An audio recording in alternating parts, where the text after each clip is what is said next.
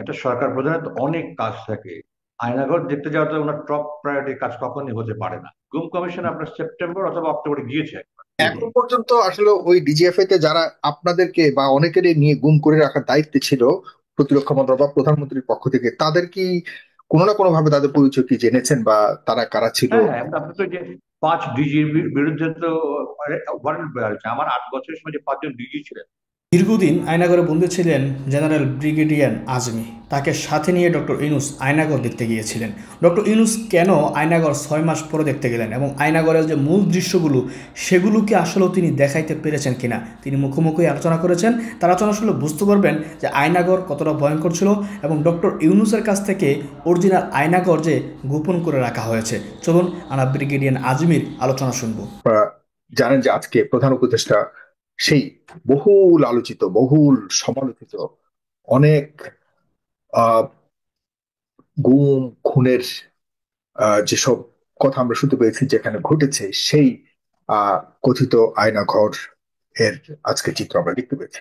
ভেতরে কেমন ছিল, কতটা ভয়ঙ্কর সেই ভয়াবহ চিত্র আমরা আজকে যা দেখেছি। আর আপনারা যখন দেখবেন যে সেই ঘরে যারা ছিল, বছরকে বছর যারা সেই ঘরটিতে অন্ধকার সেই আহ, সে ঘরের মধ্যে ছিল, সেই রুমগুলো, ছোট ছোট রুমগুলোর মধ্যে ছিল, তাদের জীবন কেমন গেছে প্রিয় দর্শক, একটাবার অনুভব করতে পারবেন।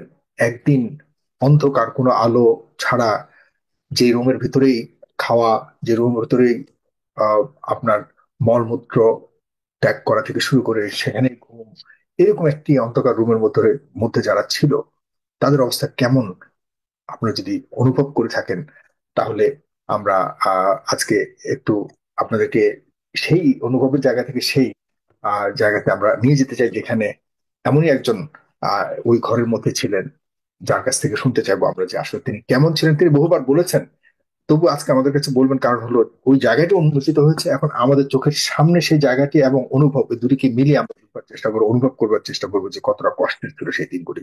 প্রিয় দর্শক, আমার সাথে রয়েছেন ব্রিগেডিয়ার জেনারেল আমান আজমি, যিনি আহ অনেকদিন সেই অন্ধকার ঘরের মধ্যে ছিলেন, নির্যাতিত হয়েছেন, প্রায় মৃত্যুর পর, মৃত্যুর দুয়ার থেকে তিনি আবার আমাদের মাঝে ফিরে এসেছেন। আজকে আমরা তার কাছ থেকে কিছু সেই সব কালো সময়গুলির কিছু কথা শুনবো, পাশাপাশি আজকে অনেকগুলি বিষয় প্রশ্ন আকারে আমাদের সামনে এসেছে, এসব নিয়েও তার কাছ থেকে জানতে চাইবো যে ঘটনাগুলো নিয়ে তিনি কি মনে করেন, তার কি প্রতিক্রিয়া। জনাব ব্রিগেডিয়ার জেনারেল আব্দুল রহমান আজমি, আপনি শুনতে পাচ্ছেন আমাকে? আপনাকে অনেক ধন্যবাদ, মধ্যরাতে আপনাকে কষ্ট দিচ্ছি, আপনিও আমাকে গ্রহণ করেছেন, এত কষ্ট করে আপনি আমার সাথে যুক্ত হয়েছেন, সাক্ষাৎ দিচ্ছেন। কারণ জনগণ আজকে যে একটু আনমিট করবেন, জনগণ আজকে যে আয়নাঘর বা বন্দিশালা দেখতে পেলো, সেখানে আপনি ছিলেন, আপনি দেখাচ্ছিলেন কোথায় কি হয়েছে না হয়েছে। আপনার কাছ থেকে একটু শুনতে চাইবো, এই যেটা আজকে দেখতে পেলাম প্রধান উপদেষ্টা, এখানে কি আপনি ছিলেন? জি, ধন্যবাদ সাহেব সাহেব। আসসালামু আলাইকুম, আপনাকে এবং আপনার মাধ্যমে দর্শক শ্রোতাদেরকে আমি সালাম ও শুভেচ্ছা জানাচ্ছি। আজকে দুপুর থেকে অনেক চ্যানেল আমার সাথে যোগাযোগ করেছিল, বাট সামহাউ দি আদার আপনার approach to me was feeling that I couldn't avoid. এই জন্য আমি আপনার সাথে রাজি হয়েছি। আম, কৃতজ্ঞতা। আজকে কি অনুভূতি ছিল এটা বলা খুব কঠিন অ্যাকচুয়ালি। অনুভূতি, আবেগ তো এমন একটা জিনিস যেটা ভাষায় প্রকাশ করা যায় না। হুম। আমি ওখানে যে 2,908 দিন, 69,794 ঘন্টা ছিলাম, এটা তো 69,794 ঘন্টা লিখে শেষ করা যাবে। তো আপনারা যেগুলি দেখেছেন, আমি ওখানে আপনার ভিডিও ক্লিপ দেখেছেন। আমি যেহেতু 8টা বছর ছিলাম এবং আমি একটা ডিটেল রিপোর্ট সাবমিট করেছি, সেটার কারণে ডক্টর ইউনূস, মাননীয় প্রধান উপদেষ্টা, উনি আমাকে এই তথ্য আমাকে নিয়ে নিয়ে করেছেন। আমার সাথে আপনি দেখেছেন ভিডিও ক্লিপগুলি। হুম, আমি আর ওনাকে, একটু লাউডলি বলতে হবে, কষ্ট করেছি। জি, আমি 8টা বছর ওখানে থাকার ফলে আমি ছোট আস্তে আস্তে আস্তে আস্তে কিছু কিছু তথ্য সংগ্রহ করেছি। কোনখানে কোন রুমটা, কোনটা ইন্টারভিশন রুম, কোনটা দেওয়া স্টোর রুম, কোনটা কিচেন, কোনটা মেডিকেল রুম, কোনটা সুপারভাইজারের রুম। তো যার ফলে আমি সবসময় তো ওগুলো আপনার চোখ সব, বাঁধা ছিল, যতটুকু আপনি লিখেছেন পরবর্তীতে, জি, সবসময় আপনার চোখ বাঁধা ছিল, রাইট, সেখানে যখন আপনি ছিলেন? না, এটা এখানে কিছু কিছু ভুল তথ্য আছে। 1 নম্বর, আপনি বলেছেন যে আমার টয়লেটটা আমাকে ওই ওদের অফিসাররা যে টয়লেট ব্যবহার করতো, হুম। সেই টয়লেট আমাকে ব্যবহার করার সুযোগ দেওয়া হয়েছিল, যার ফলে ওটা আমার রুম থেকে 45 থেকে 50 কদম দূরে আচ্ছা ছিল। আচ্ছা। হ্যাঁ হ্যাঁ। কিন্তু আমার রুম থেকে এক পা বেরোতে হলে আমাকে চোখ বেঁধে, হাত বেঁধে, মুখোশ পরিয়ে নিয়ে যাওয়া। তো অনেক বলে বলে আমি পরবর্তীতে মুখোশটা খুলিয়েছি, বাট চোখ হাত বাঁধতে হতো। আমি অজু, গোসল, টয়লেট সব মিলিয়ে দিনে 7 বার অন অ্যান অ্যাভারেজ টয়লেটে যেতাম। এই যে আমার ছোট ছোট 7 বার। রুম গুলো দেখলাম এবং খুবই ছোট্ট রুম, 2 ফিট মনে হবে জি জুড়ে। হ্যাঁ, আর কিছু কিছু রুম খুব ছোট ছিল। হুম, ওদের একটা দুটা সম্ভবত ওদের ভিআইপি রুম বলে তারা। তো হুম, ডিজিএফআই এর আমার 8 বছর যে 5 জন ডিজি ছিল তার মধ্যে 3 জন সম্ভবত আমার ডাইরেক্ট স্টুডেন্ট ছিল। তো হুম, তারা সে কারণে আমাকে বড় একটা রুমে থাকতে দিয়েছে। আমার রুমটা অন্যান্য যে ছোট ছোট রুম, আপনারা এই উপদেষ্টা নাহিদের দেখেছেন যে রুমে দাঁড়িয়ে কথা বলছিল, ওটা খুব হুম, ছোট হুম, হুম, রুম ছিল। আমার রুমটা আসি। একটু বড় হুম, ছিল। আর হুম, আপনার আমাকে এই 7 বার যাওয়া 7 বার আসা মানে দৈনিক আমার 14 বার করে চোখ হাত বাঁধা হতো। আর যখন ডাক্তার আসতো বা কম্পাউন্ডার রক্ত নিতে আসতো, প্রেশার মাপতে আসতো, রক্তের রিপোর্ট বলতে আসতো, কোনো অফিসের কথা বলতে আসতো, তখন চোখ বাঁধা মুখোশ পরানো হতো। তো আমি হিসাব করে দেখেছি মোর দেন 41,000 বারের বেশি আমার চোখ হাত বাঁধা হয়েছে। আনবিলিভেবল, আমি জানি না পৃথিবীতে কোনো মানুষের 41,000 বারের বেশি চোখ হাত বাঁধা হয়েছে কিনা। হুম, তবে আমার রুমের ভিতরে কখনো চোখ হাত বাঁধা হতো না। আর রুমের ভিতরে আপনার প্রাকৃতিক আলো বাতাস ছিল না। চাঁদ, সূর্য, আকাশ, মেঘ, বৃষ্টি এগুলো কিছু দেখার সুযোগ হয়নি। তবে লাইট ছিল, লাইট ছিল আপনার। তবে লাইটের সুইচটা বাইরে ছিল। আমি 8 বছর ছিলাম, আমি জানি না আমার সুইচ বোর্ডটা দেখতে কেমন। হুম, আমি বলতে হতো এই লাইটটা জ্বালানো, ওই হচ্ছে ফ্যানটা জ্বালানো, বান নিবান। লাইট আবার যে আমি অন্ধকার করে ঘুমাবো সেটার সুযোগ ছিল না, আমাকে একটা একটা লাইট জ্বালিয়ে রাখতে হতো। তো একদম হুম, ভরা আলো তো ঘরের ঘুমানো তো কষ্টকর। ঘুম তো ওখানে হতোই না বলতে গেলে, আপনার 2 থেকে 3 ঘন্টা। হার্ডলি 8 বছরে হয়তো কয়দিন 3 ঘন্টা বেশি ঘুম হয়েছে। রাতে তো সন্ধ্যা থেকে রাত পর্যন্ত আস্তে আস্তে যত রাত বাড়তো আপনার আতঙ্ক বাড়তো। রাত 11টা 12 পর থেকে নিয়ে পরের দিন ভোরে আলো হওয়া পর্যন্ত সারা রাত ক্রস ফায়ার আতঙ্ক থাকে। এবং এখনো কিন্তু আমার বডি ক্লক অ্যাডজাস্ট হয়নি, আমি এখনো অলমোস্ট এভরিডে ফজর পরে ঘুমাই। যারা ফেসবুকে আছে তারা দেখে যে আমাকে লেখে আপনি এত রাত এখনো কি করছেন। তখন ঘুম হয় না, স্পেন্ড মাই টাইম ফেসবুকে কাজ করি কিছু, আমার আরো মেল টেল করি, অন্য কাজ করি। তো আমার ওই 2,908 দিন সারা রাত ক্রস ফায়ার আতঙ্কে থাকতে হতে কখন আমাকে নিয়ে যাবে। এবং একটা মানুষের মানসিক অবস্থা কি হতে পারে যখন আমি প্রতিদিন আল্লাহর কাছে বলতাম যে আল্লাহ, আজকে রাতটাই যদি আমার শেষ রাত হয়, তুমি যদি এদের হাতে আমাকে মৃত্যু লিখে রাখো, তুমি আমাকে শহীদের মর্যাদা দিও। আর আমার লাশ যেন কুকুর, বিড়াল, শিয়ালের খাবার না হয়, যেটা ক্রস ফায়ারে তারা ফেলে রেখে খাল বিলে রেখে যায়। আমার লাশটা তুমি অক্ষত অবস্থা দয়া করে আমার মা, স্ত্রী, সন্তানের কাছে পৌঁছে। একটা মানুষ যখন দিনের পর দিন, রাতের পর রাত এই আতঙ্কে থাকে এবং এই দোয়া করে প্রতি রাতে আল্লাহর কাছে, আল্লাহ যদি আমার শেষ নামাজ হয়, তুমি আমার নামাজ কবুল করে আমার গুনাহ মাফ করে দিও। তার পৃথিবীর যত কবি সাহিত্যিক আছে সবাই মিলে সারা জীবন চেষ্টা করলে এই অনুভূতি প্রকাশ করার কোনো ভাষা নেই। জি, নিঃসন্দেহে নিঃসন্দেহে আমি এখন শুনছি আর ভাবছি যে কিভাবে সম্ভব।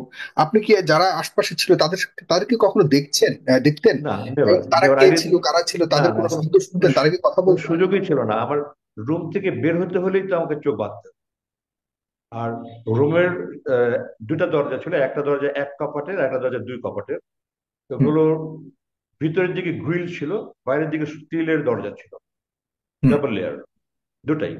তো যেটা 2 কপাটের ওটা সর্বক্ষণ বন্ধ থাকতো, যেটা হুম। সিঙ্গেল কপাটে ওটা দিকে আমি নিয়ে যাওয়া আসা করতো। সারপ্রাইজিংলি আজকে গিয়ে দেখলাম ওই লোহার দরজা, লোহার গ্রিল কিছুই নেই, তার সুন্দর করে কাঠের দরজা লাগে।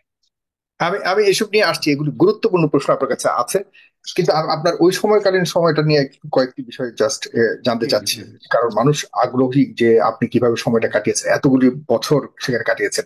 সেখানে যারা আপনি বলেছেন আপনার স্টুডেন্ট ছিল, সেনাবাহিনীর যারা অফিসাররা ছিলেন যে এটা দেখভাল করতেন, তাদেরকে কি আপনি চিনতে পেরেছেন বা তারা কারা? না, আপনাকে এখানে একটা জিনিস আমি পরিষ্কার করতে চাই আপনার জন্য এবং শ্রোতাদের জন্য, যে প্রথম কথা হলো যে ডিজিএফআই কিন্তু সেনাবাহিনী প্রধানের অধীনে নয়, এটা সেনাবাহিনীর কোনো প্রতিষ্ঠান নয়, এটা 3 বাহিনীর প্রতিষ্ঠান। হুম, হচ্ছে ট্রাই সার্ভিস অর্গানাইজেশন। এবং এটা সরাসরি প্রত্যক্ষ প্রধানমন্ত্রীর নিয়ন্ত্রণ। প্রধানমন্ত্রী মানে আমাদের প্রতিরক্ষা মন্ত্রী। এবং বাংলাদেশ স্বাধীন হওয়ার পর থেকে এক জেনারেল ওসমানী সর্বপ্রথম প্রতিরক্ষা মন্ত্রী হয়েছিলেন। এরপর থেকে কোনো প্রধানমন্ত্রী আর কাউকে নতুন করে প্রতিরক্ষা মন্ত্রী বানায় না। চিফ এক্সিকিউটিভ যিনি, উনি ওনার হাতে ওটা রেখে দেন। তো এখনো পর্যন্ত defence ministry under chief adviser, এর আগে প্রাইম মিনিস্টার আন্ডারে ছিল। And DGFI directly controlled by the prime minister through his military adviser, যেটা আপনারা জানেন ওনার ছোট বোনের দেবর যেন Tarek Siddiqui, hmm, hmm, military adviser, defence adviser ছিলেন। তো ওনার মাধ্যমে তো চেইন অফ কমান্ড হলো prime minister to the defence adviser to DGFI, এবং হুম। ডিজিএফআই তার ডাইরেক্টরকে দিয়ে এই সমস্ত কাজ করায়। এখানে সেনাপ্রধানের কোনো রোল নেই। ইভেন ডিজিএফআই কমপ্লেক্সের ভিতরে সেনাপ্রধান, প্রধানমন্ত্রী ওর মধ্যে ঢুকতে পারবেন। তো হুম। মানুষের যেন একটা ভুল ধারণা না থাকে যে সেনাবাহিনী এই সমস্ত গুম খুনের সাথে কিন্তু জড়িত। সেনাবাহিনী কম্পাউন্ডের মধ্যেই তো সেনাবাহিনীর না, আহ, সেনাবাহিনী কম্পাউন্ডের মধ্যে ঠিক নয়, ক্যান্টনমেন্টের একদম এক কিনারে, হুম, একদম এক প্রান্তে এটার অবস্থান। এবং ওটা হুম। গেট দিয়ে ঢোকার পরে ভিতরে কমপ্লিটলি ডিফারেন্ট কম্পাউন্ড, এবং প্রেমিসের ভিতরে কি আছে না আছে, কি করে না করে, এগুলো কারো জানার কোনো সুযোগ নেই বাড়ি। তো সেনাপ্রধান কোনোদিন কিন্তু গিয়েছেন কিনা কোনো সেনাবাহিনী, খবর আমরা যদি জানি সেনাবাহিনীর একটা কর্তৃত্ব সেখানে আছে এই ডিজিএফআই এর আমি আমি একটু উপরে। আরেকটু বলে নিই। এটা সাধারণত এটা ডিজি সবসময় সেনাবাহিনীর থেকে যায়, এবং এটা যে ডাইরেক্টর গুলো আছে এগুলো এক একটা ব্রাঞ্চকে ব্যুরো বলে। তো ব্যুরো গুলো যে ডাইরেক্টর আছে, যেমন director counter terrorism and intelligence bureau, director hmm, counter intelligence bureau, down director intelligence affair bureau, director foreign liaison bureau. এই ডাইরেক্টর গুলোর মধ্যে আমার জানা মতে একজন শুধু এয়ারফোর্স থেকে, বাকি সব সেনাবাহিনীর থাকে। যার ফলে টপ লেভেলে আপনার এগুলি সব মোস্টলি সেনাবাহিনী।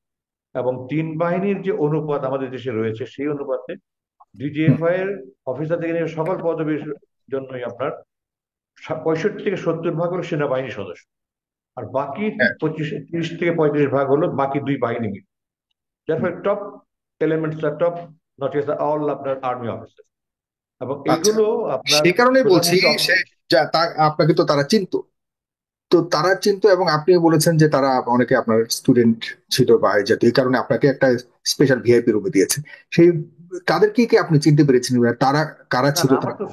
আমার তো রুমের বাইরে গেলে চোখ বাঁধা, এবং তার অফিসারের সামনে গেলে মুখোশ পরা, তো চেনার কোনো সুযোগই নেই, চেনার কোনো সুযোগই নেই। এখন পর্যন্ত আসলে ওই ডিজিএফআই তে যারা আপনাদেরকে বা অনেকেরই নিয়ে গুম করে রাখার দায়িত্বে ছিল প্রতিরক্ষা মন্ত্রণালয় বা প্রধানমন্ত্রীর পক্ষ থেকে, তাদের কি কোনো না কোনো ভাবে তাদের পরিচয় কি জেনেছেন, বা তারা কারা ছিল? হ্যাঁ হ্যাঁ, আপনি তো যে 5 ডিজির বিরুদ্ধে তো ওয়ারেন্ট বের হয়েছে। আমার 8 বছরের সময় যে 5 জন ডিজি ছিলেন, আচ্ছা। আমাকে যখন অপহরণ করা হয় তখন ছিলেন মেজর জেনারেল, পরবর্তী লেফটেন্যান্ট জেনারেল অবসরপ্রাপ্ত আকবর, তারপরে ছিলেন মেজর জেনারেল সাইফুল আবেদিন, হুম, তারপরে ছিল লেফটেন্যান্ট জেনারেল সাইফুল আলম, তারপরে লেফটেন্যান্ট জেনারেল আহমেদ তাবরেজ শামস, এবং সব শেষে ছিল মেজর জেনারেল আব্দুল হামিদ।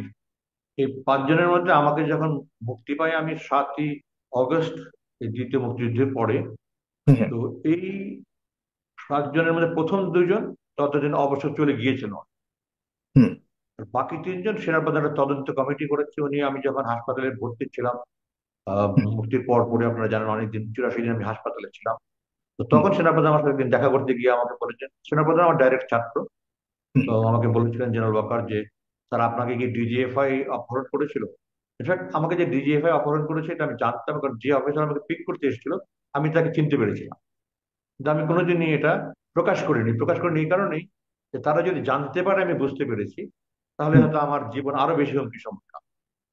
তিনি এটা কে প্রকাশ ছিলেন? করিনি। এবং আমাকে যে রুমে নিয়ে রেখেছে, ইন্টারেস্টিংলি এটা হলো আপনার যে কচুক্ষেতে যে ডিজিএফআই কমপ্লেক্সটা আছে, হুম, এটা সর্ব উত্তর একটা 14 তলা বিল্ডিং, যেটা মার্কেটের সামনে থেকে দেখা যায় স্পষ্ট।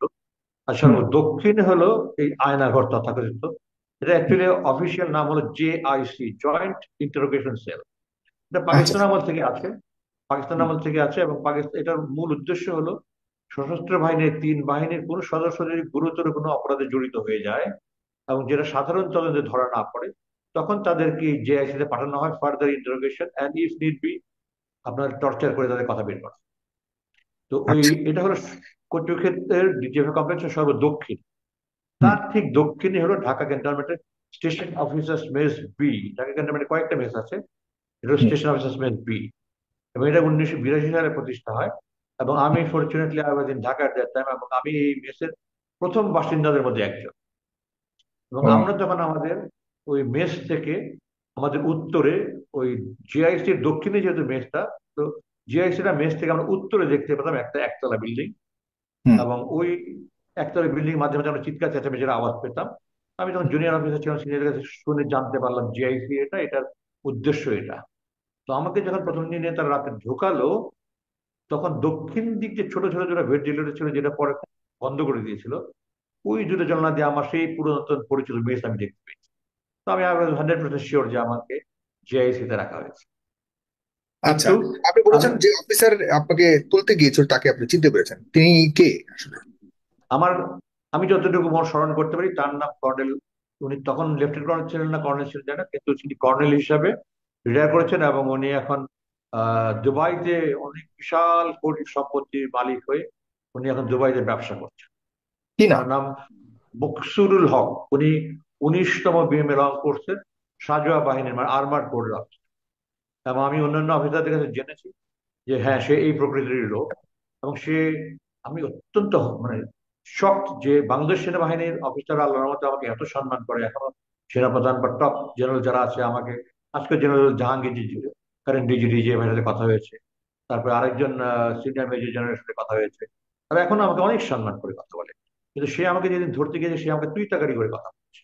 বাংলাদেশ সেনাবাহিনীর কোনো অফিসার এটা তুই তাকারি করতে পারে? দ্যাট টু আমার মতো একজন অফিসারের কাছে যে আল্লাহর মতে সেনাবাহিনী যেমন সুনামের সাথে চাকরি করেছে, আমি I can't conceive but he did ইট।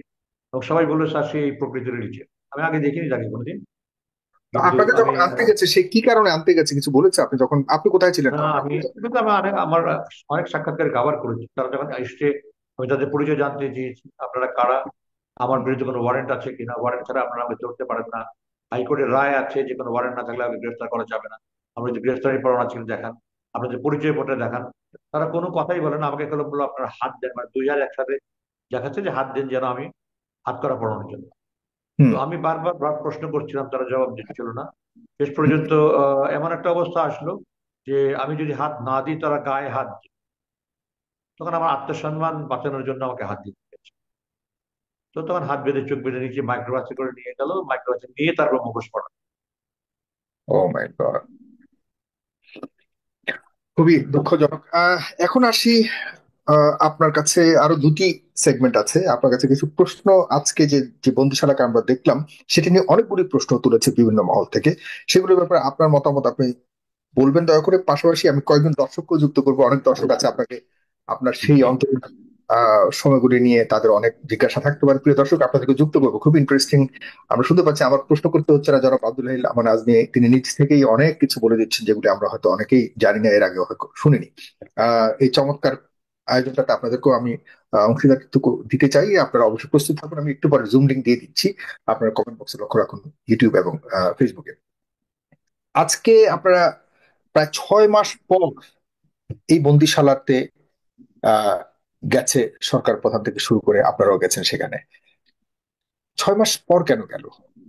এই এতটা আলোচিত এই জায়গাটি, এবং আপনারা যারা বের হয়েছেন তাদেরকে আমরা সেই শুরু থেকেই মিডিয়াতে যথেষ্ট তোলপাড় আপনারা করেছেন, আপনাদেরকে নিয়ে কি হয়েছে না হয়েছে অনেক কিছু হয়েছে। কিন্তু এই জায়গাটিকে পরিদর্শন করবার জন্য কয়েকদিন, কয়েক সপ্তাহ অন্তত আমরা শুনেছি যে সেখানে যে যাবে কি যাবে না, যাবে কি যাবে না, এরপর আবার যেতে দেওয়া হবে না সেখানে, সেটাও শুনেছি। শেষ পর্যন্ত গেলেন, কিন্তু প্রশ্নটা 6 মাস পর কেন গেলেন? আচ্ছা, প্রথম কথা হলো যে একটা সরকার প্রধানের তো অনেক কাজ থাকে। আয়নাঘর দেখতে যাওয়াটা ওনার টপ প্রায়োরিটি কাজ কখনই হতে পারে না। এটা আমি আমার কমন সেন্স থেকে কথাটা বলছি। তো এটা 6 মাস পরে কেন গেলেন এটা প্রশ্নের উত্তর উনি দিতে পারবেন, আমি দিতে পারবো না। তবে হুম। আম, আপনার গুম কমিশনকে উনি যেহেতু একটা তদন্ত কমিশন কমিশন করে দিয়েছেন, গুম কমিশন আপনার সেপ্টেম্বর অথবা অক্টোবরে গিয়েছে একবার। এবং আচ্ছা। সেপ্টেম্বরে আমার তারা ইন্টারভিউ নিয়েছে। তারপরে তারা ওখান থেকে ঘুরে এসে যে কনফার্ম মি যে আমার ডিসক্রিপশন, আমার বর্ণনা অনুযায়ী তারা ওই রুমগুলো খুঁজে পেয়েছে। আমি টয়লেটের সাইজ, টয়লেট টাইলসের কালার, আপনার বেসিনের লোকেশন, কমোডের লোকেশন সব আমি ওনাদেরকে এঁকে দিয়েছিলাম। তো ওনারা হুম। সেই অনুযায়ী ঘুরে এসে ওনাকে কনফার্ম করেছেন আমার কোথায় কলাপসিবল ডোর আছে, কটা দরজা, আমার যে রুমে রেখে থাকতে দেশে কটা জানালা, কটা দরজা জানালা, কটা শিট, রুমের হুম। সাইজ কি, আপনার জানালার সাইজ কি, দরজার সাইজ কি, সব আমি ওনাদেরকে বর্ণনা করেছি এবং ওনারা ঘুরে এসেছেন। এটা এন্ড অফ সেপ্টেম্বর আর আর্লি অক্টোবর হবে। এবং ওনারা এর মধ্যে আরেকবার ঘুরে এসেছেন ডক্টর প্রধান উপদেষ্টা যাওয়ার আগে। আর প্রধান উপদেষ্টা অ্যাকচুয়ালি আমি যদিও জানি 26-27 তারিখে উনি যেতে চাচ্ছিলেন। এবং আমি এটাও জেনেছি যে দেয়ার সাম রেজিস্ট্যান্স ফ্রম সাম কর্নার যেন কোনো উইটনেসকে, কোনো ভিকটিমকে নিয়ে যাওয়া না হয়। তো আমি হুম। ক্লিয়ারলি জানতে পারিনি যে কোন সোর্স, মানে আপনার সোর্স ফর্ম থেকে কোনখান থেকে কি ধরনের রেজিস্ট্যান্স ছিল জানি না, বাট গতকালকে ইনফ্যাক্ট গুম কমিশনের সাথে আমার যাওয়ার কথা ছিল। গতকালকে গুম কমিশন আবার গিয়েছিল এবং আমাকে আগের রাতে জানানো হয়েছিল। হুম। কিন্তু গতকাল সকালবেলা when I was ready to move out আমাকে জানানো হলো যে না, তারা আমাকে অনুমতি দিচ্ছে না, শুধু গুম কমিশনে যেতে হবে। তারপর গত রাতে আমাকে জানানো হয়েছে আলটিমেটলি যে চিফ অ্যাডভাইজারের সাথে আজকে যাওয়া। হুম। এই রেজিস্ট্যান্সটা কারা দিয়েছে, কেন দিয়েছে, আমার এটা আমি আর খতিয়ে দেখার প্রয়োজন মনে করি। হয়তো আমি তার কিছু মানে আপনি অনুমান যেটা করতে পারি। বলতে চেয়েছেন যে আসলে ওখানে প্রধান উপদেষ্টার যাওয়াটা এটা অত বেশি মানে গুরুত্বপূর্ণ বা অত বেশি ম্যান্ডেটরি বিষয় ছিল না, কিন্তু জি, সরকার তো এসে উনি এই উনি এই এটা এই গুম কমিশন জায়গাটিকে করে সরকার দিয়েছেন। অলরেডি নিজস্ব তত্ত্বাবধানে নিয়েছে, এখন সেখানে গুম কমিশনের প্রবেশের ব্যাপারে সব ব্যবস্থা করে দিয়েছে, গুম কমিশন অলরেডি সেখানে যাওয়া আসা করছে। জি, জি। সুতরাং সরকার প্রধান যাওয়াটা কিন্তু ম্যান্ডেটরি ছিল না। আপনি দেখেন এরকম আমাদের দেশে বা পৃথিবীর বিভিন্ন দেশে এই ধরনের, আমার কাছে কোনো নজির জানা নেই যে পূর্ববর্তী কোনো ফ্যাসিবাদ সরকারের পরে যে সরকার আসে, এই সরকার প্রধান ভিকটিমকে নিয়ে ওই জুলুমের স্থানে গিয়েছে, এমন কোনো নজির পৃথিবীতে আছে বলে আমার জানা নেই।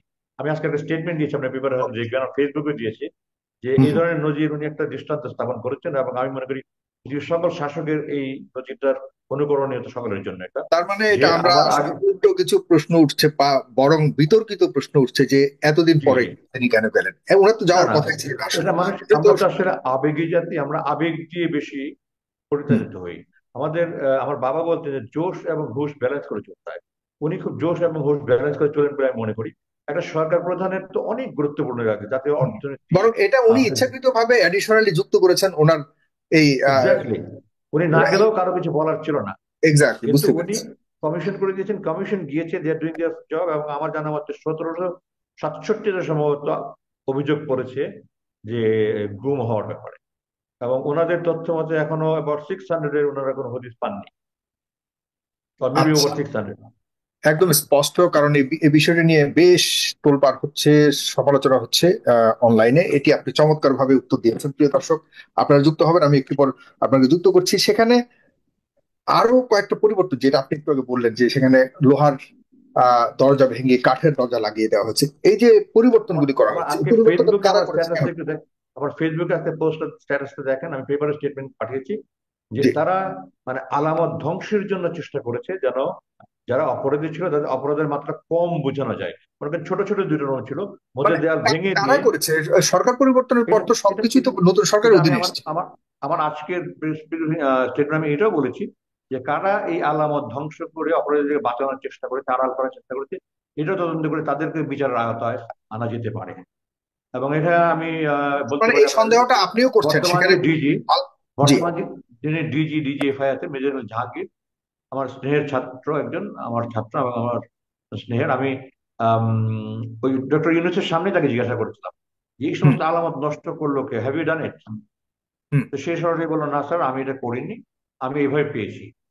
তো 5 তারিখে সরকার পরিবর্তনের পরে তখন যে ডিজি ছিল মেজর হামিদ, উনি 12 তারিখে major general Faiz, lieutenant general এখন, তখন মেজর জেনারেল ছিলেন, লেফটেন্যান্ট জেনারেল ফয়েজ ওনাকে ওনার জায়গায় স্থলাভিষিক্ত হন বিজিডিজিএফআই হিসেবে।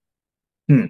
তো আমার হিসাব মতে যে ওই 5 থেকে 12 তারিখের মধ্যে, কারণ আমি আজকে দুজনের সাথে কথা বলেছি, মানে 12 তারিখে যে লেফটেন্যান্ট জেনারেল ফয়েজ তখন মেজর জেনারেল ছিল, তিনি আমার সাথে হাসপাতালে দেখতে গিয়েছিলেন, এবং উনি তখনও বলেছিলেন, আজকে আমাকে রিকনফার্ম করেছেন যে স্যার আমি গিয়ে আমার ধ্বংসের যখন চেষ্টা দেখেছি, আমি তখন একটু স্টপ করে দিয়েছি, এবং যেভাবে আছে আমি সেটা এইভাবে রাখবো।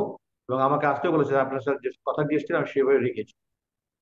এবং তার মানে হলো যে নতুন যে জুরি তারা কিছু করে, which means the last DG during the fascist regime, which was Major তার মানে Hamid, আপনি যদিও নিশ্চিত করছেন আমাদেরকে যে আপনি যে অবস্থায় দেখে এসেছিলেন সেটি থেকে এই পরিবর্তন করেছে কেউ, অবশ্যই আলামত নষ্ট করবার জন্য, নষ্ট করবার উদ্দেশ্যে, কারণ সেই আলামত হ্যাঁ, আজকে গিয়ে এটা পাননি আপনি। কে করেছে আমি নিশ্চিতভাবে বলতে পারবো না, বাট তবে আমার করেছে। রিজনেবল অ্যাজাম্পশন হলো এটা যে লাস্ট ডিজি ছিল মেজর হামিদ, তার সময়, কারণ তারপরে দুই ডিজি, একজন হুম। প্রেজেন্ট ডিজি আর একজন ইন বিটুইন মেজর হামিদ, এবং present DG major Jahangir, lieutenant general আপনার তখন মেজর জেনারেল, এখন লেফটেন্যান্ট জেনারেল ফয়েজ, দুজনে আমাকে কনফার্ম করেছে যে স্যার আমরা করিনি।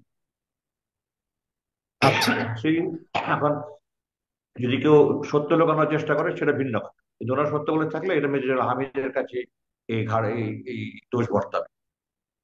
প্রিয় এবং দর্শক, উনি আমার মানে সঙ্গে ভূত, যারা, জি। আপনার মানে দুইটা ছোট ছোট রুমের মধ্যে ওয়াল ভেঙে রুমটা বড় করার চেষ্টা হয়েছে। যে রুমে ভেন্টিলেটর ছিল না, ওয়াল ভেঙে ভেন্টিলেটর করে দেখানো হয়েছে যে, আমি যে রুমে আমাকে দেখছি, আপনার ভিডিও ক্লিপে দেখবেন, আমি জানালা দেখাচ্ছি, একদম চার চার স্তরের রং করা ছিল।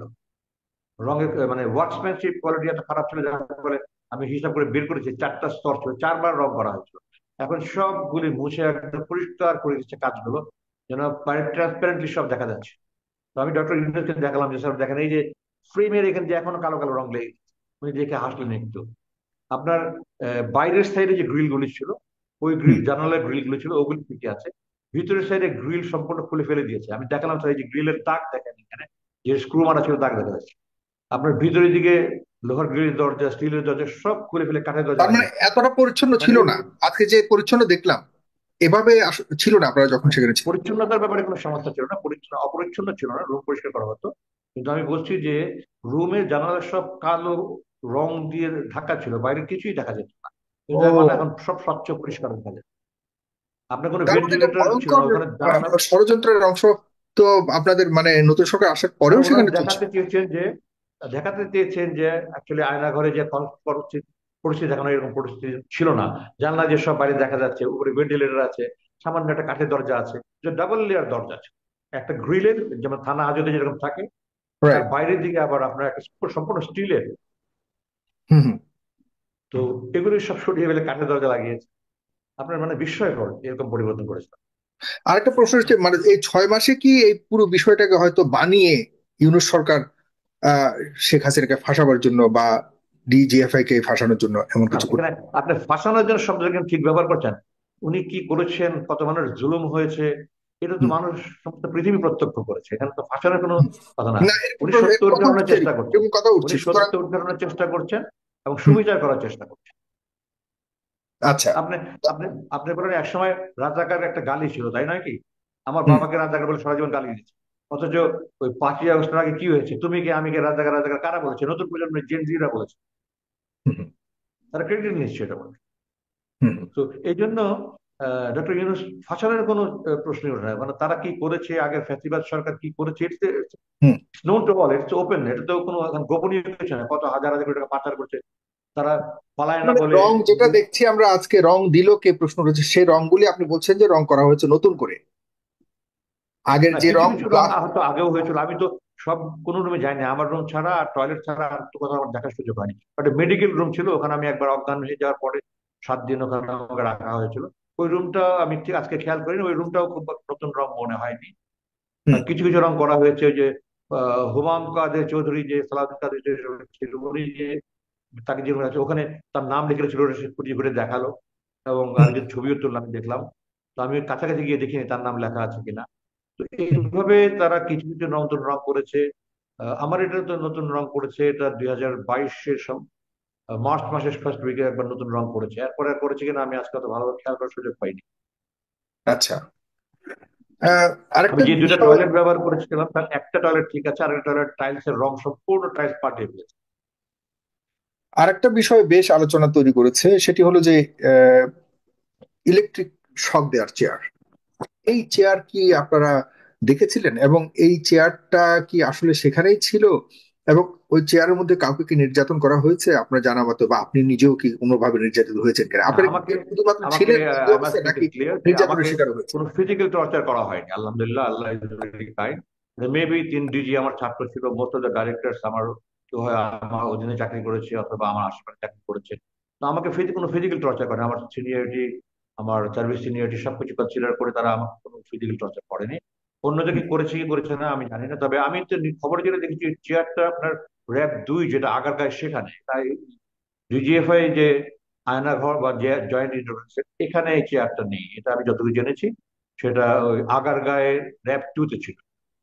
ও, আর তার মানে এখানে এখন যে যে টর্চার, ইলেকট্রিক শকের চেয়ারটা যেটা দেখা যাচ্ছে এই সোশ্যাল মিডিয়াতে, এটি আসলে আজকের যে আয়নাঘর খোলা হয়েছে বা বন্দিশালা খোলা হয়েছে, আজকে এটা উনি এখানে না? 3 জায়গায় গিয়েছিল।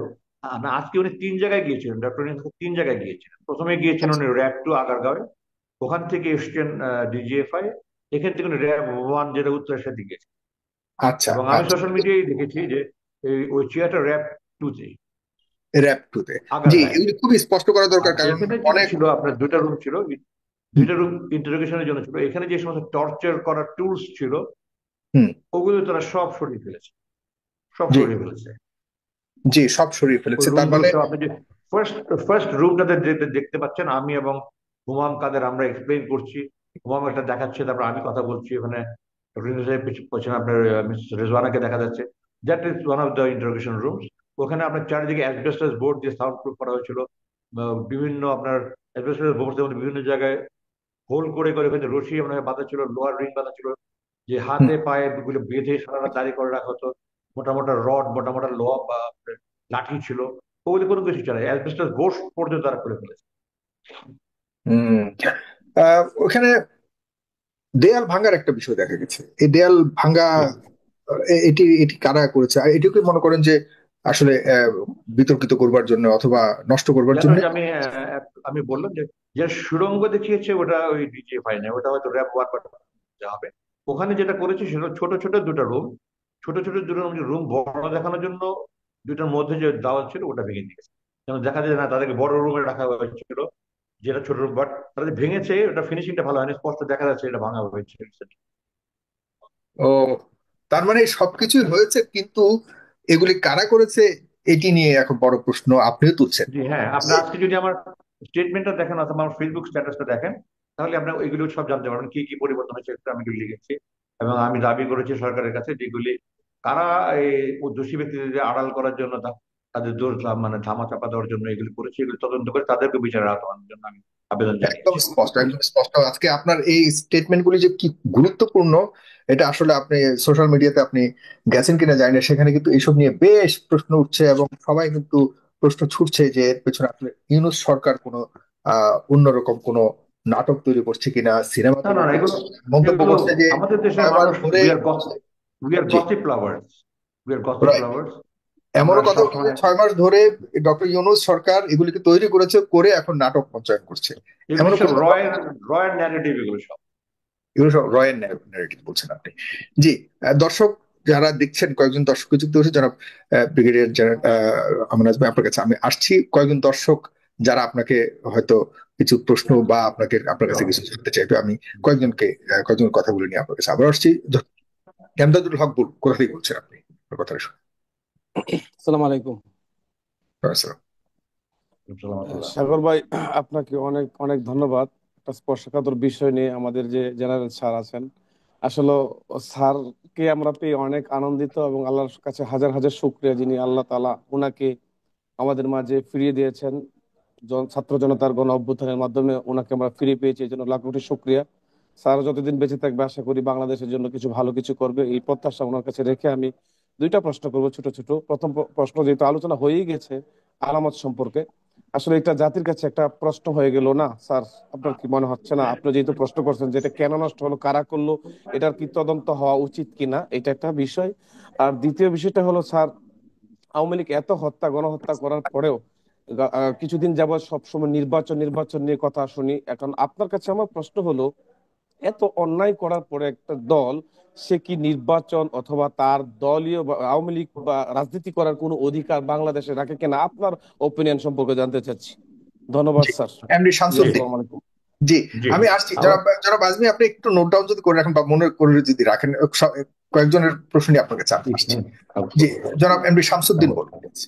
জি, হ্যাঁ আমি সাগর ভাই, আমাকে শোনা যাচ্ছে? জি, শোনা যাচ্ছে, বলুন।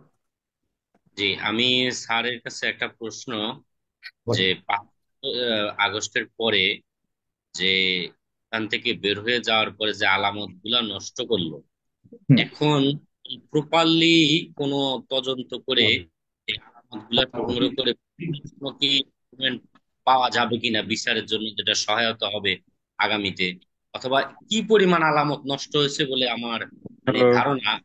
এগুলা দেখলাম যে ম্যাক্সিমামই ভাঙা দেয়ালগুলো। তো হুম, এগুলা কারা ধ্বংস করছে এই আলামত গুলা, এটার কোনো কি ক্লু পাওয়া গেছে? স্যার তো হুম, সেনাবাহিনীতে চাকরি করছে দীর্ঘদিন পর্যন্ত, উনি হুম, এর সম্পর্কে হয়তো ভালো বলতে পারবে। জি, আর এরপরও আওয়ামী লীগের রাজনীতি করার সুযোগ আছে কিনা, এগুলো হুম, যারা দেখবে, যারা করে, আওয়ামী লীগের সমর্থক যারা রয়েছে, হুম, তারা কি আসলে বিশ্বাস কিভাবে করতে পারে? আমরা যারা আছি আমরা তো বিশ্বাস করলাম, কিছু আওয়ামী লীগ যারা অন্ধবিশ্বাস করে, যেটা আমরা বলি, তারা হুম, এটা বিশ্বাস করার কি উপায় আছে? গ্রহণযোগ্য কোনো তদন্ত করে বের করা যায় কিনা, এটা স্যারের কাছে জি, আমার প্রশ্ন। জি, জি, ধন্যবাদ। জনাব ইব্রাহিম বলুন। জনাব ইব্রাহিম। জনাব ইব্রাহিম, আপনার কথা শোনা যাচ্ছে না।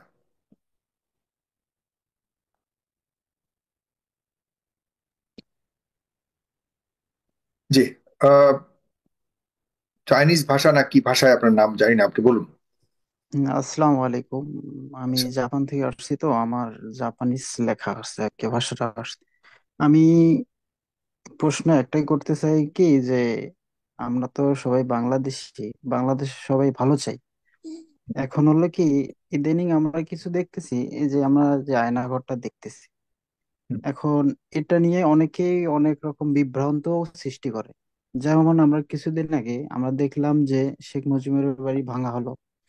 ওটা ভালো কথা, ভাঙা হলো, কিন্তু হুম। ওই যে একটা গুজব ছড়াইছে যেখানে নিচে আয়নাঘর আয়নাঘর, এরকম আমরা চাই যে যেন সত্যটা বাংলাদেশে প্রচারিত হয়, যে এই গুজব ওই গুজবের জন্য যেন সত্যটা যেন না ঢাকা যায়। আমরা আমরা আজকে চাই যতগুলি গুজব বলুন, প্রশ্ন বলুন, যে আমরা ফেসবুকে দেখতে পেয়েছি, সবগুলোর উত্তর খুব চমৎকার ভাবে জনাব ব্রিগেডিয়ার জেনারেল আব্দুল্লাহ হেল আমান আজমি সাহেব দিয়েছেন। আমার কাছে হ্যাঁ, মনে হয় হ্যাঁ, আছে, এটি। কিন্তু হ্যাঁ, এটা এটা হলো, স্যার যেভাবে যেভাবে জবাবগুলো দিয়েছেন, আমরা চাই এভাবে গুলো সুন্দরভাবে সত্যতাগুলো আসুক। আমরা যে এই রাইট, গুজবগুলোর কারণে আমরা সত্যটা ভালোভাবে জানতে পারি। রাইট। আমরা আমি আমরা চাই যে সেজন্য সেজন্য ফেজ দ্য পিপল সবসময় চেষ্টা করে এসছে, সামনে চেষ্টা করে যাবে। সুতরাং গুজবের ভাই, সাথে গা না ভাসিয়ে অপেক্ষা হ্যাঁ, করবেন, হ্যাঁ, অবশ্যই সবকিছুই সামনে আনার চেষ্টা করবেন। হ্যাঁ, এই সরকার সেগুলি আমরা করার চেষ্টা করছে এবং আম- আমরা অবশ্যই। জি, হ্যাঁ, জি, আমরা দেশবাসী হিসেবে আমরা এটাই আশা করি, যেন ধন্যবাদ। সঠিক বিচার, এর অপরাধীর সঠিক বিচার যেন এভাবেই বাংলাদেশে হয়। ধন্যবাদ।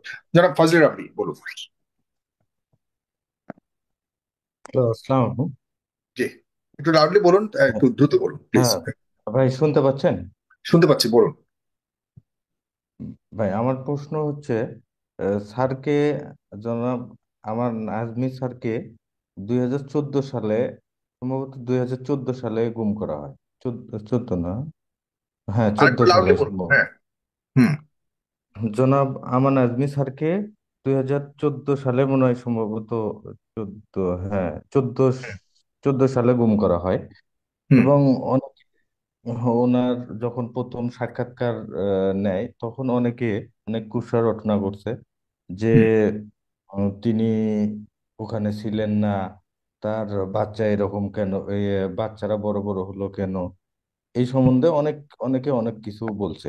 কিন্তু আমরা, উনি যে গুম হয়েছিল এটা কিন্তু সর্বপ্রথম আমরা যেটা টক শোতে হাসিনুর রহমান, লেফটেন্যান্ট জেনারেল সম্ভবত হাসিনুর রহমান, ওনার ইয়েতেই বক্তব্যে একটা টক শো, সেটা ফ্যাসিস্ট সরকারের সময়ে প্রচারিত হয়েছিল। তখন আমরা জি, শুনতে কিন্তু পাই। আপনি কি বোঝাতে চাচ্ছেন আমি কিছু বুঝতে পারিনি। যাক, এগুলি কোনো প্রাসঙ্গিক কিছু না, জনাব হ্যাঁ মাহফুজ ভাই, বলুন। ভাই, হ্যালো, জি, জি, আমার বলুন। প্রশ্ন, ভাই আমার মেইন প্রশ্নটা হচ্ছে যে ওখানে যে আলামত গুলো ছিল, এই হুম। আলামত গুলো মানে সরকার চলে যাওয়ার পরও এই আলামত গুলো কেন নষ্ট করা হলো, যার হ্যাঁ, সেটা কারণে সেই প্রশ্ন ওখানে, তো আমরা করেছি, এর আগেও করেছি, আমরা করছি। হ্যাঁ, জি। কারণ আপনি মনে এই করেন। সরকার সরকার চলে গেল, চলে যাওয়ার পরও কেন ওই আলামত গুলো, জি, মানে নতুন সরকার আসার পরও ওই আলামত গুলো কেন নষ্ট করা হলো? তার জি, যে এই যে দীর্ঘ সময় কে নষ্ট করলো, এর পেছনে কে জড়িত? যারা এই প্রমাণ, আরো অনেক বিডিআর হত্যার জি, যারা কুলুগুলো নষ্ট করে দিচ্ছে, তারাই তো প্রধান অপরাধী। আমরা জি। তো সামনে যেটা দেখতেছি, যে এই অরিজিনাল যে ইয়েগুলো, আয়নাঘর সম্বন্ধে যে বিভীষিকা, সেগুলো ওখানে নাই কেন? কেন দেওয়াল ভাঙ্গা হলো? কেন হলো ধন্যবাদ। আপনার হলো জি, জি, জি, উম, এসব প্রশ্ন আমরা করেছি, এতক্ষণ করেছি, সবগুলো উত্তর উনি দিয়েছেন খুব চমৎকার ভাবে। আপনি অবশ্যই এগুলো অনুষ্ঠানটাকে প্রথম থেকে শুনবেন। জনাব মাহফুজুর রহমান প্লিজ বলুন। আহ, আমার প্রশ্ন হচ্ছে, 5ই আগস্টের পরে জেনারেল ওয়াকারকে দেশের সাধারণ মানুষ অনেক ভালোবাসা সম্মান প্রদর্শন হুম। করেছে, তাকে জাতীয়ভাবে একটা হিরো বানানো হয়েছিল। হুম। আহ, আজমি স্যারও জেনারেল ওয়াকারের অনেক প্রশংসা করেছে, বলেছিলেন যে তিনি আমার ছাত্র ছিলেন, অনেক হুম। ভালো মানুষ। কিন্তু এখন বিভিন্ন মাধ্যমে শুনতে পাচ্ছি যে তিনি আওয়ামী লীগের হয়ে কাজ করছেন, ভারতের হয়ে কাজ করছেন, এবং এর অনেক আলামত আমরা দেখতে পাচ্ছি, প্রমাণও দেখতে পাচ্ছি। হুম। তো এই ব্যাপারে আজমির স্যারের কি মন্তব্য আমি এটা জানতে চাচ্ছিলাম। জেনারেল ওয়াকারের বিষয়ে তার কি মন্তব্য, তাকে কি সেনাবাহিনী থেকে সরাতে হবে কিনা, আর তার যে কার্যকলাপ, সে যে আওয়ামী লীগের হয়ে ভারতের হয়ে কাজ করছে, এটা নিয়ে তার কি মন্তব্য? জি, ধন্যবাদ আপনাকে। আহ আমি ব্রিগেডিয়ার আজমি আপনার কাছেই যাই। আর আজকের মতো এখানেই দর্শক পর্বটা শেষ করছি। প্রিয় দর্শক, আপনারা অবশ্যই অনুষ্ঠানটিকে শেয়ার করবেন। আমরা মোটামুটি সকল প্রশ্ন যেগুলি উঠছে আজকে সারাদিন, আহ, গুম কমিশন এবং প্রধান উপদেষ্টার যে গুমের জায়গাগুলিকে তিনি পরিদর্শন করেছেন, বন্দি সড়ক পরিদর্শন, সেখানে বিভিন্ন ধরনের দেয়াল ভাঙা থেকে শুরু করে সেখানে অনেক আহ, অসঙ্গতি বিষয়ে প্রশ্ন তুলেছেন বিভিন্ন মহল থেকে। এসবের প্রতিটির উত্তর আমাদের কাছে জনাব আব্দুল্লাহ আমান আজমি তিনি তার অভিজ্ঞতার আলোকে দিয়েছেন। তিনি দায়িত্বশীল সেখানে কেউ নন, তিনি সরকারের দায়িত্বশীল কেউ নন। তবে তিনি যেহেতু দীর্ঘদিন 8 বছর সেখানে কাটিয়েছেন এবং তিনি যেহেতু আজকে পরিদর্শনে ছিলেন, নিজে সশরীরে ছিলেন, তার জায়গা থেকে তিনি যৌক্তিক কিছু কথা বলেছেন। সেগুলোকে অবশ্যই আপনার শুনবেন শুরু থেকে, অবশ্যই অনুষ্ঠানটাকে শেয়ার করবেন, অন্যদেরকে দেখা শুরু করবেন। যারা আব্দুল্লাহ, আপনি প্রথম যে প্রশ্নটা করেছে, আপনার যদি মনে থাকে, ডেফিনেটলি আপনার মনে থাকবে যে এই সরকারের বিষয়ে আপনাকে প্রশ্ন করেছে, সরকারের কি করণীয় উচিত, কি করা উচিত, আপনাদের প্রতি এত নির্যাতন করেছে। এখন সরকারের দুঃখিত, আমি এই সরকার বলতে শেখ হাসিনা সরকারের কথা বলছি। এবং শেখ হাসিনা সরকারকে এখন বা আওয়ামী লীগকে নিষিদ্ধ করবার ব্যাপারেও দাবি উঠেছে। জনাব আজমি, একটু দয়া করে আনমিউট করবেন। আমি গত সেপ্টেম্বর বেশ কয়েকটা টক শোতে বলেছি, ইন্টারভিউতে বলেছি যে আপনার আমার পাসপোর্টে আমরা আমাদের জাতীয়তা বাংলাদেশ। যে কোনো ফর্ম ফিল আপ করতে যাই আমরা লিখি আমাদের জাতীয়তা বাংলাদেশ। আওয়ামী লীগ কি কখনো বলে আমরা বাংলাদেশে? তারা বলে আমরা বাঙালি জাতি। তো প্রথম কথাই হলো তারা তাদের জাতীয়তাকে অস্বীকার করে। তারা বাঙালি বলে পশ্চিমবঙ্গের সাথে মিলে তারা এক হতে চায়। এবং আপনি দেখেন, যদি ইতিহাস দেখেন, 1971 সালে যে অক্টোবর মাসে অস্থায়ী বাংলাদেশ সরকারের সাথে, আমার ফেসবুক স্ট্যাটাসে আমি লেখালেখি করছিলাম, অক্টোবরে অস্থায়ী সরকার ভারতের সাথে যে মৈত্রী চুক্তি নামে তাদের চুক্তি করেছিল, এটা শর্ত ছিল এই দেশে সেনাবাহিনী থাকবে না, ভারতীয় সেনাবাহিনী থাকবে। এই দেশের প্রশাসন পরোক্ষভাবে ভারতের সাথে চলে যাবে, তারাই পরিচালনা করবে। এবং এই যে প্রতিরক্ষা মন্ত্রণালয়, পররাষ্ট্র মন্ত্রণালয় ভারতের অধীনে থাকবে। আমি স্পষ্ট বলেছি এটা গোলামীর চুক্তি, মৈত্রী চুক্তি নয়। এবং এই চুক্তি যারা করেছে তারা মীর জাফরের বংশধর। আর দ্বিতীয় কথা হলো যে শেখ সাহেব সারা জীবন গণতন্ত্র এবং জনগণ করে করে উনি ক্ষমতায় এসেছেন। ক্ষমতায় এসে বসেই উনি প্রথমেই ওনার বই অসমাপ্ত আত্মজীবনের বই লিখেছেন যে একটি শক্তিশালী বিরোধী দল রাজনীতিতে না থাকলে গণতন্ত্র শক্তিশালী হয় না। অথচ ওনার অপশাসনের বিরুদ্ধে যখন জাসদ হলো, ওনারই ছাত্রলীগের ছিল আসাম আব্দুর রব এবং মুক্তিযুদ্ধ সেক্টর কমান্ডার মেজর জলিল মিলের যখনই জাসদ গঠন, তখনই উনি রক্ষী বাহিনী বানিয়ে রক্ষী বাহিনীতে সারা দেশে 30,000 জাসদ নেতাকর্মী নির্বিচারে হত্যা করলেন। 74 সালে আওয়ামী লীগের লুটপাটের ফলে দেশে দুর্ভিক্ষ হলো। এই দুর্ভিক্ষে ভুকা মিছিলের উপরে গুলি করে নির্বিচারে লোক হত্যা করলেন। এবং গণতন্ত্রের কথা বলে নির্বাচনে গিয়ে 75 সালের জানুয়ারি মাসে উনি সমস্ত দল এবং আওয়ামী লীগকে উনি নিষিদ্ধ করে দিয়ে উনি বাকশাল কায়েম করলেন। আওয়ামী বন্দী 4টা পত্রিকা বাদ দিয়ে সমস্ত পত্রিকা বাদ করে দিলেন। এরপরে আওয়ামী লীগ ক্ষমতা আসলো 96 থেকে 1,000 কি হয়েছে জনগণ দেখেছে। 2009 এইবার তৃতীয়বার ক্ষমতা এসে গত 15 সাড়ে 15 বছর তারা যে দেশের কি করেছে, দেশ সমস্ত মানুষ তার মধ্যে ক্ষুব্ধ হয়েছে। 2 দিন না 3 দিন আগে আমি শুনেছি বলছে শেখ হাসিনা পলায় না, অথচ এখন এখানে আমি ব্যারিস্টার ফুয়াদকে বলতে শুনি পালাই না, বললি তো পালালি কেন? আর দেখেন দেখেন, কোন জাহাজ যখন ডুবে যায়, জাহাজের ক্যাপ্টেন কিন্তু কোনোদিনই ওই নিজের জীবন নিয়ে বাঁচানোর জন্য লাইফ বইনে চাপ করবে না। অথবা কোনো প্লেন যদি ক্রাশ করে বা মিডিয়ারে আপনার ক্রাশ করে অথবা ক্রাশ ল্যান্ডিং হয়, পাইলট কিন্তু কোনোদিনই ক্যাপ্টেন যে বেল আউট করবে না। এটাই হলো একটা ক্যাপ্টেনের গুণ, যে আমি শেষ পর্যন্ত আমার এই জাহাজ, আমার প্লেন। দলের নেতারও এরকমই হওয়া উচিত। 2007 1/11 যখন হয়, আমার বাবার তখন, আমার বড় ভাই জেদ্দায় ওনাকে বেড়াচ্ছিল বড় ভাই বাসায়, তখন এখানে জামাতে তৎকালীন আমি নিজামী সাহেব, জামাতের অন্যান্য নেতা সবাই ফোন করে বললেন আপনি দেশে আসবেন না, দেশে আসবেন না, আপনার বিপদ হতে পারে। তো উনি বললেন যে আমার দলের লোকের যা হবে তাই হবে, আমি আমার দলের লোকজনকে ছেড়ে এখানে আরামে থাকবো? কোনোদিন হতে পারে না, আমার যা আছে আমি চলে আসবো। এটা একদিকে দেখেন, আরেকদিকে উনি নিজের জান এবং বোন, দলের কে কোথায় আছে কোনো খবর নাই, নিজের জানকে এবং নিজের বোনকে নিয়ে উনি এই দেশ ছেড়ে পালালেন। তো যারা এই দেশকে একেবারে ভারতের হাতে তুলে দেওয়ার জন্য একেবারে তৈরি ছিল, আপনারা দেখেছেন আমার দেশ শুরু হওয়ার পর খবর আসছে যে ভারতকে এই দেশ আক্রমণ করার জন্য পর্যন্ত তিনি বলেছেন। এই দেশের অর্থনীতি ধ্বংস করে দিয়েছেন, শিক্ষা ধ্বংস করে দিয়েছেন, আপনার পুলিশ বিভাগ ধ্বংস করে দিয়েছেন। এই ডিজিএফআই একটা চমৎকার বাহিনী ছিল, এটাকে উনি একটা গুন্ডা বাহিনী বানিয়েছেন, সব নিজের দলীয় আত্মীয় স্বজনকে দিয়ে, নিজের যে এলাকার লোকজনকে দিয়ে, নিজের আস্থাভাজন লোকজনকে দিয়ে ওখানে বসিয়ে তাদেরকে দিয়ে উনি সমস্ত অপকর্ম করিয়েছেন। তো তাদের এই দেশের রাজনীতি করা তো দূরের কথা, আমি মনে করি এই দেশে তাদের থাকারই কোনো অধিকার আছে কিনা আমি জাতির কাছে প্রশ্ন করতে চাই। এরা নিজেদের জাতীয়তাই স্বীকার করেন না। তারা তো কোনোদিন বলেন আমরা বাংলাদেশি, তারা বলে আমরা বাঙালি জাতি। তো আমার পাসপোর্টে লেখা আমি বাংলাদেশ, আমি বাঙালি বলবো কেন? ভাষা কোনোদিন জাতীয়তার ভিত্তি হতে পারে না। তাহলে তো ক্যানাডিয়ান, অস্ট্রেলিয়ান, ব্রিটিশ, আপনার আমেরিকান, নিউজিল্যান্ড সবাই তো তাহলে ইংলিশ হওয়া উচিত, তাই না? আরব সমস্ত মধ্যপ্রাচ্যে সবাই আরব হওয়া উচিত ছিল। ভাষা কোনোদিন, ভারতের সমস্ত এতগুলো রাজ্য, তারা কি ভাষার ভিত্তিতে জাতিটা বলে? তারা সবাই আমরা ইন্ডিয়ান। তো আমরা কেন বাঙালি বলবো? বাংলা বলতে কিন্তু সেই 1905-এর আগে যে পূর্ববঙ্গ পশ্চিমবঙ্গ মিলে যে বাংলা রাজ্য ছিল, আমরা নিশ্চয়ই শুনেছেন বাংলা, বিহার, উড়িষ্যা, নবাব সিরাজউদ্দৌলা, ওই বাংলা হলো পূর্ববঙ্গ পশ্চিমবঙ্গ। এখন তো আর সেই বাংলা নেই। এই বাংলা হলো পূর্ব পাকিস্তান ছিল, যেটা সেটা এখন স্বাধীন বাংলাদেশ হয়েছে। তো আমরা বাংলা বাংলা বলে আমরা জান দিয়ে দিচ্ছি, অথচ আমাদের দেশের নাম বাংলা না। আমাদের জাতীয় সঙ্গীত হয়েছে যেখানে বাংলাদেশ শব্দের নাম নেই। যিনি লিখেছেন তিনি একজন মুসলিম বিদ্বেষ ভারতীয় কবি, এবং যেখানে লিখেছেন ওখানে স্বাধীন বাংলাদেশের অস্তিত্বের কোনো প্রেক্ষাপটই ছিল না। এবং সবচেয়ে বড় কথা হলো যে এই স্বাধীনতা, আমি কিন্তু আমার প্রথম প্রেস ব্রিফিং 3 সেপ্টেম্বর 2024 বলেছি। অনেকে আমাকে প্রশ্ন করেছে কেন আমি প্রথম প্রেস ব্রিফিংটা বলতে গেলাম। আমি এই জন্য বলতে গিয়েছি যে আমি স্বাধীনতা, সার্বভৌমত্ব, অখণ্ডতা রক্ষার জন্য শপথ নিয়েছি আল্লাহর নাম নিয়ে, কমিশনিং এর সময়, অফিসে হওয়ার সময়, এই দেশের স্বাধীনতা, সার্বভৌমত্ব, অখণ্ডতা রক্ষার জন্য জীবন দেব। অথচ আমি যে গানটা গাচ্ছি, এই গানটা আমার স্বাধীন বাংলাদেশের অস্তিত্বের পরিপন্থী। এটা বলছে দুই বাংলা এক করার কথা।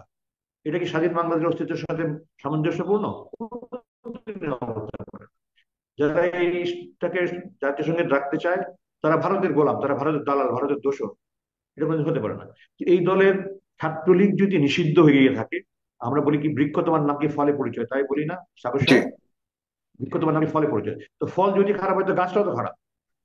তো কোন যুক্তিতে আওয়ামী লীগ নিষিদ্ধ হবে না? কোন যুক্তিতে তারা আবার এইভাবে নির্বাচন নিয়ে তামাশা করে মানুষের ভোট চুরি করে আবার তারা এখানে ভোট চাওয়ার অধিকার রাখে?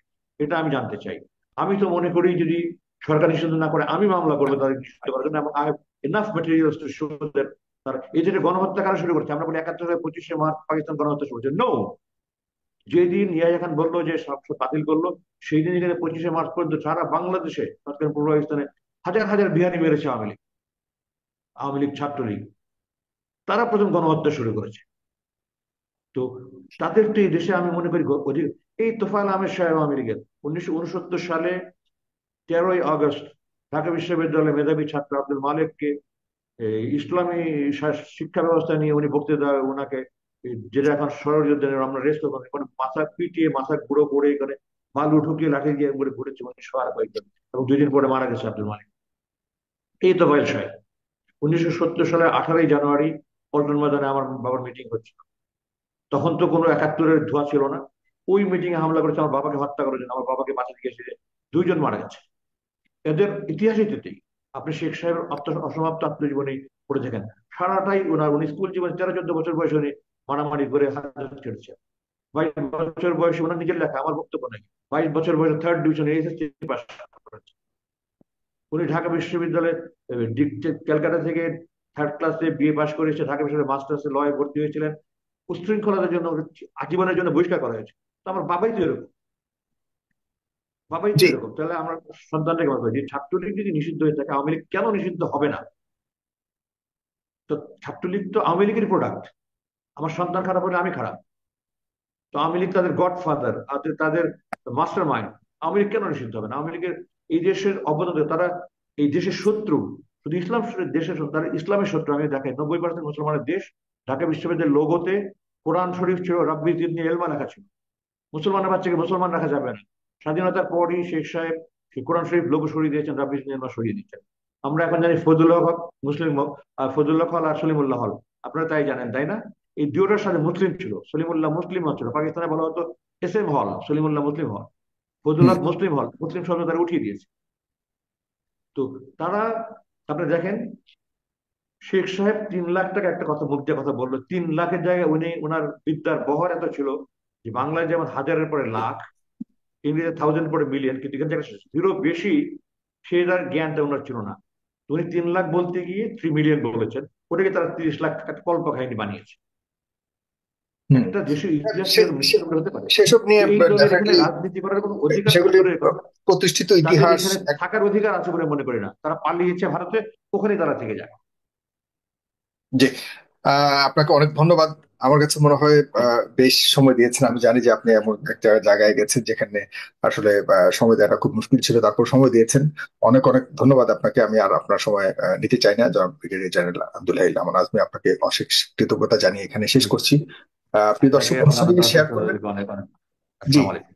এবং আমাদের ফেসবুকে যারা এই মুহূর্তে দেখছেন, ফেসবুকে আপনারা সবসময় রাত 9টা 30 মিনিটে লক্ষ্য রাখবেন আমাদের আগের। দর্শক, ব্রিগেডিয়ার আজমির আলোচনা শুনেছেন, শুনে বুঝতে পেরেছেন কেন 6 মাস দেরি হয়েছে এবং আয়নাগরে তার সাথে কত ভয়াবহ নির্যাতন, ভয়াবহ অত্যাচার করা হয়েছে। সেখানে একজন দেখিয়েছেন বসে থেকে যে কীভাবে তিনি 8 বছর কাটিয়েছেন, অর্থাৎ মুরগির খূপের মতো, মুরগির বাসার মতো, পাখির বাসার মতো একটি জায়গায় মানুষকে থাকতে দেওয়া হয়েছে। কোনো রকমের আলো, দিনের আলো ছিল না, কোনো প্রকার মানুষের শব্দ ছিল, শুধু কান্নার আওয়াজ ছিল। এই হচ্ছে হাসিনার আয়নাগরের অবস্থা। যে দর্শক, আজমির আলোচনা শুনেছেন, শুনে আপনার মতামতটি কমেন্ট বক্সে জানাবেন।